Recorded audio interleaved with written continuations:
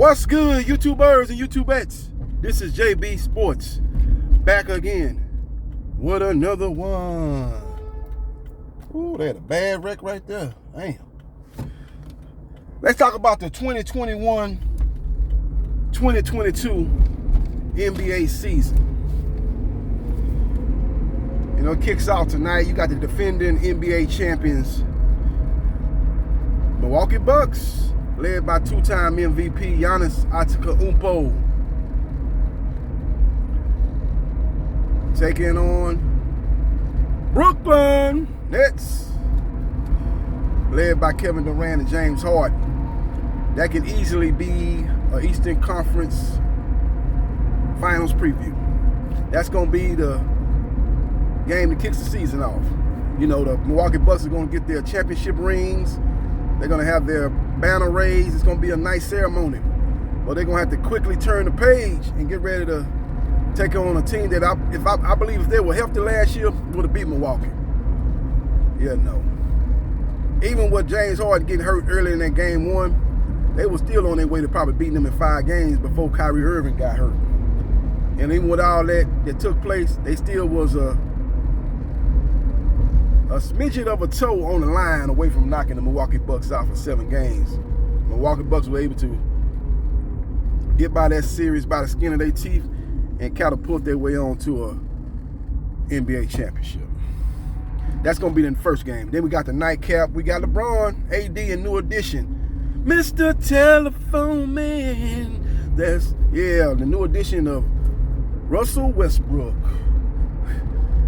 going up against, they're back. The band is back together. Draymond, Klay Thompson, Steph Curry. You know, they ain't even brought back Andre Iguodala. They brought him back. And then they got the nice young rising star, rising scorer in Poole. He's playing at a high level in the preseason. He finished last year off real strong. So they got those guys meeting up against the LA Lakers. Now, in my opinion, going into this season, you got 3 teams that have a chance to win the chip. In the East, you got Milwaukee, Brooklyn, and Miami.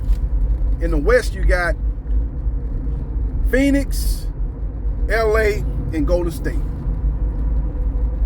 Can't put Philadelphia in there because even though they had the best record in the East last year, they got a lot of turmoil going on. They need to solve the Ben Simmons issue. The man is basically doing everything in his power to get traded. He showed up. He did show up, but he ain't showing out. Basically pulling a James Harden out here with his, he got his warm-ups on, and he half-assing it in practice. He got his cell phone with him, and man don't want to be there. So the quicker Dal Murray and Doc Rivers understand that, they think they can bring him in, and they think they can basically get his mind right and get him back into the fold, but I don't see that happening. He see how James Harden acted and got his way out of Houston. He pulled a similar stunt. So he ain't, and they did a little team huddle. He wasn't even in the team huddle. He wasn't even in the picture. I don't know what he was. I don't know if he's on the other end of the court or what was going on. He sure wasn't in that team huddle, man. It's obvious the man did not want to be there. And then when you look at Brooklyn, man, and the whole Kyrie Irving situation, you know, you got the mandate.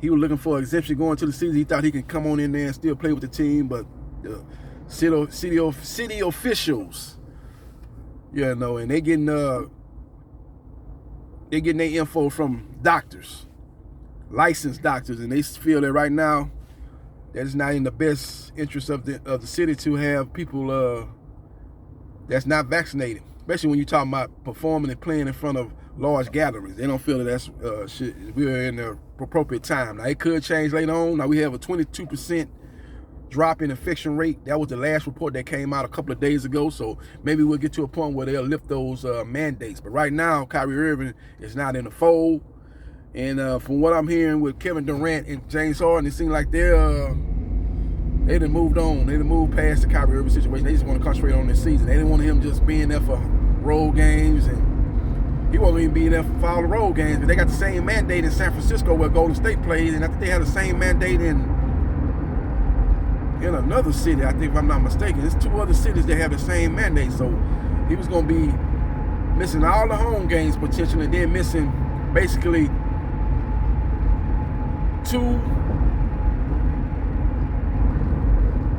road games. So he wasn't going to be able to play in but 39 games total, basically. So it's not going to work. Sean Markston and Steve Nash said it's not going to work. We can't do this. You know, we know you're a special player, have the best handles in the game, one of the best finishers in the game. But number one, man, if it ain't this stuff that's popped up, it's always something with Kyrie. Look at what went on last year. He took a break from the team without even letting them know. You know, they had the whole situation with the insurrection in Washington, D.C. that he said had him upset, and he had to lead the team off of that. And then the whole situation with the police killing another unarmed black man. I think he took a time off from that. And that's, you know, if you want to be, you know, trying to bring light to stuff like that, and that's a good thing to bring light to it, and you want to step away from it, you need to, I think, handle it in a different way. I don't think you need to lead the team, man. I just think you probably need to show up to the game, do a pre-game interview, and bring all that stuff up and say, you know, bring that to light, saying, I don't feel it's right how these police are killing unarmed black men time and time again, and this is what I think need to get done, and this is what I'm going to do. You know, you can bring that up in a pre-game interview. You don't have to step away from the team. It's just the way he handled it. I like this, the way he like to bring light to these issues, but the way he going about it is all wrong, in my opinion. But that's neither here nor there. With or without Kyrie Irving, I think the Brooklyn Nets get to the Eastern Conference Finals, and they will face off with the Miami Heat, not the Milwaukee Bucks. I look for them to get upset in the second. Not upset. I look for them to get beat in the second round in the Eastern Conference Finals. That's what I look to take place this coming season. Miami Heat brought in a good addition and a bad subtraction for the Milwaukee Bucks when they brought in P.J. Tucker and they brought in a champion in Kyle Lowry. So I like the additions that they brought in. Now the key for them is Hero. Hero, if he can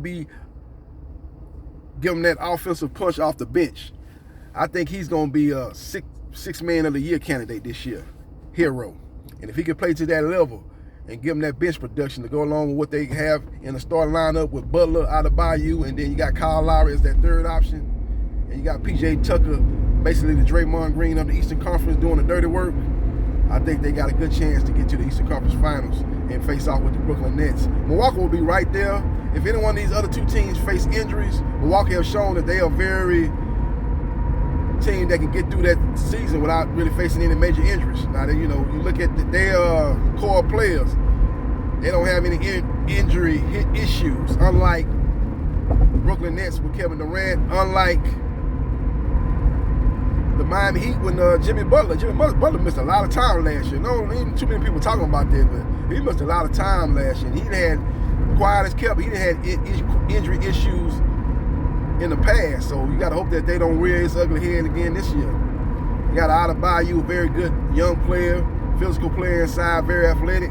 Kind of reminds me of Sean Kemp back in the day. Not as quite as the scorer that Sean Kemp was, but he's a similar style of player.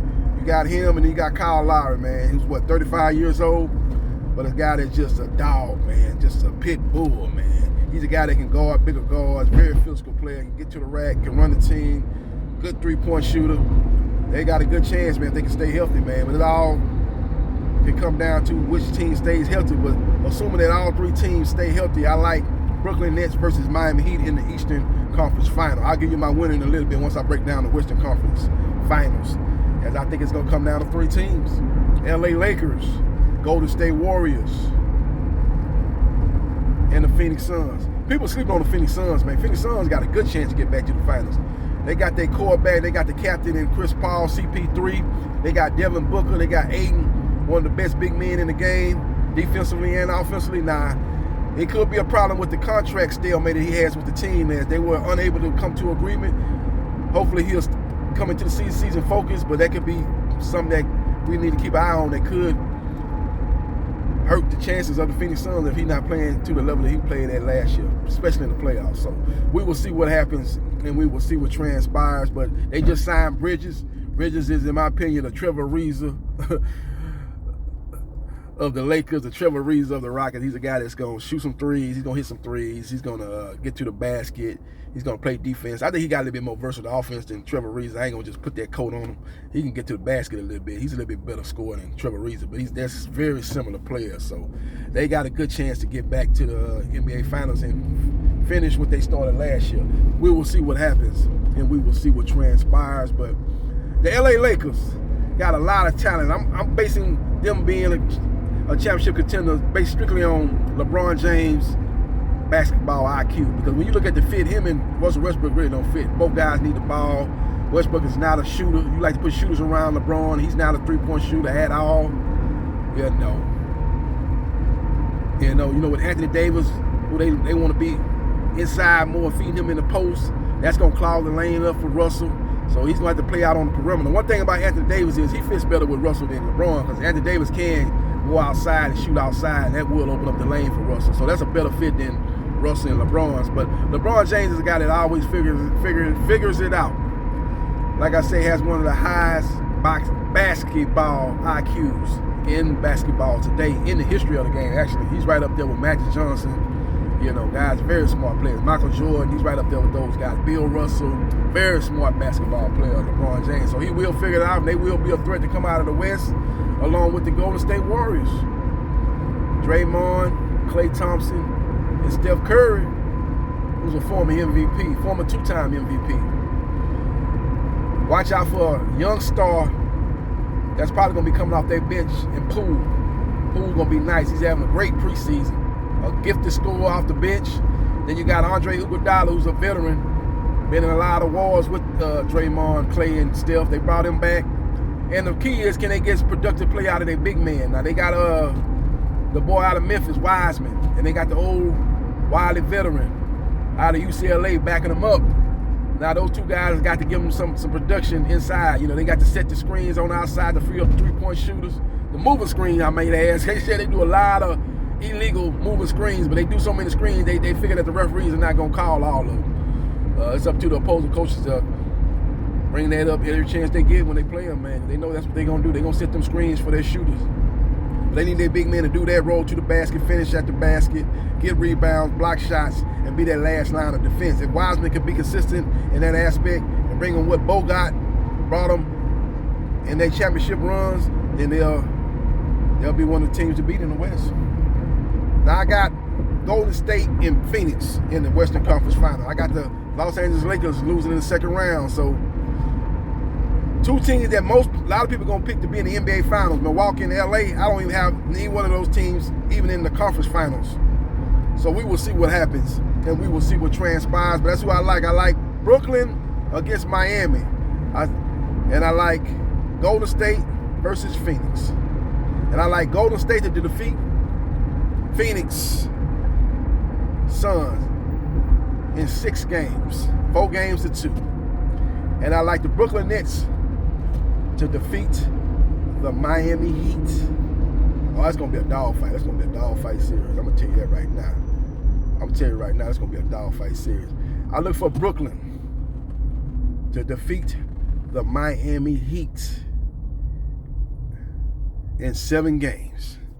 And I like Brooklyn and Golden State in the NBA Finals. And I like the Brooklyn Nets to defeat the Golden State Warriors in 7 games to win the championship and bring James Harden his first championship ring. That's the only thing missing from his resume is a ring. He's done everything in the game of basketball that you can do as far as professionally. He is a surefire Hall of Fame player. And that's the only thing missing from his resume. You don't want to go down as in that same category like a Karl Malone, Dominique Wilkins, Charles Barkley. Great players that never won a ring. Hall of Fame players that never won a ring. You don't want to be in that same category. So hopefully, James Harden and Kevin Durant get the job done. Let me know your thoughts, who you like in the NBA to win the chip this year. Who you like? Give me your 2 teams in each conference finals, and give me your team that you got winning the whole thing in the 2021-2022 season. Let me know your thoughts, and subscribe to JB Sports, the man, the myth, the legend. And and I'll holler.